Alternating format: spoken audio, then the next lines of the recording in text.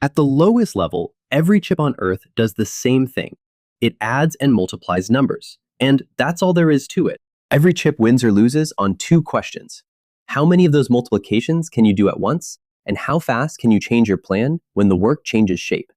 Those two questions alone split the entire chip universe. Start with the CPU, your central processing unit.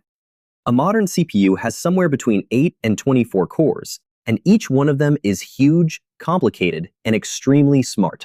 Inside a single core lives a branch predictor that guesses where your code will go next, an out-of-order engine that rearranges your instructions to run them faster than you wrote them, and 3 layers of cache that keep your data nanoseconds away from the math units.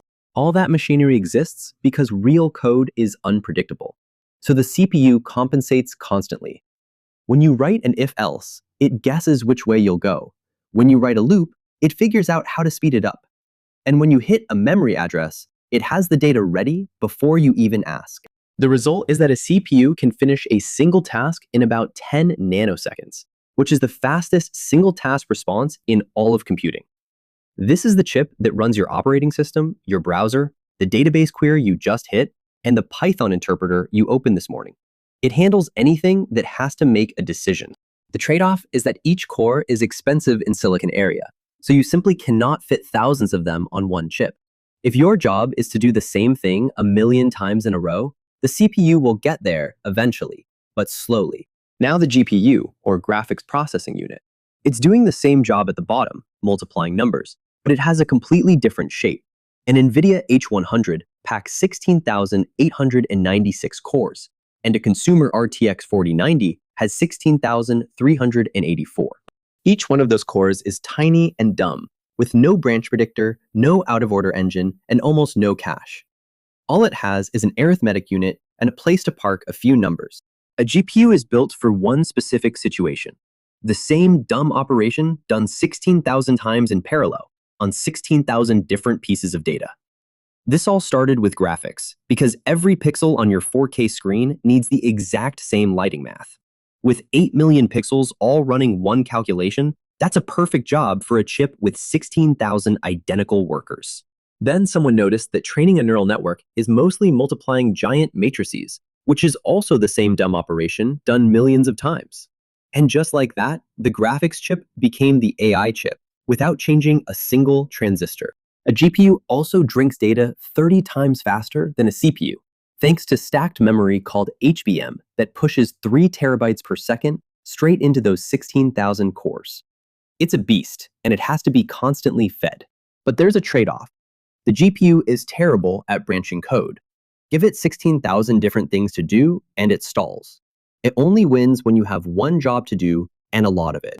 Now the TPU, or Tensor Processing Unit. Google built it for one specific reason. Even GPUs were still too general, and most of what an AI model does is one specific operation, matrix multiplication. So Google asked, what if we built a chip that does nothing else? Inside a TPU lives a thing called a systolic array. Picture a grid of multiplier accumulator cells, where numbers stream in from the top and the left, flow through the grid like water through pipes, and the results pour out the bottom. There are no instructions to decode and no control logic to manage, just numbers moving through silicon. A single TPU V4 chip performs 65,536 multiply adds in one clock cycle, while a high-end GPU manages maybe 4,000. That makes the TPU roughly 16 times denser at the one thing it actually does. The trade-off here is extreme. Try to run a Python script on a TPU and nothing happens. Try to render Cyberpunk on it, and again, nothing happens.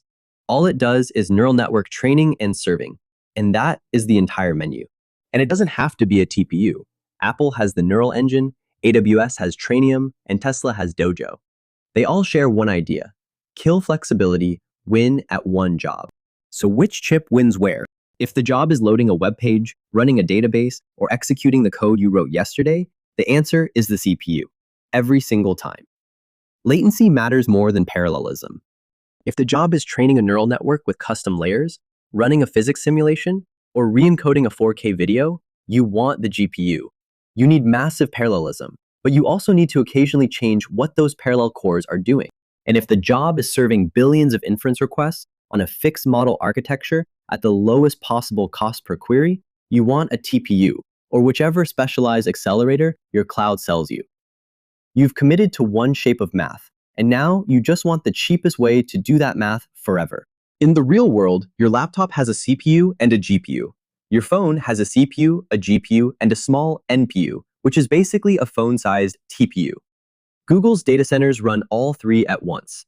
ChatGPT lives on H100 GPUs, while Gemini lives on TPUs. Different teams making different bets on the same problem underneath. Here is the entire video in 3 sentences. The CPU is fast at deciding what to do next. The GPU is fast at doing the same thing many times. And the TPU is fast at one thing and one thing only. General, parallel, specialized. Pick the wrong chip and your hardware bill explodes.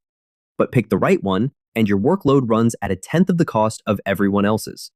If you actually want to use these chips, whether it's training a model, fine-tuning an LLM, or building inference at scale, the link below has hands-on labs for all of it.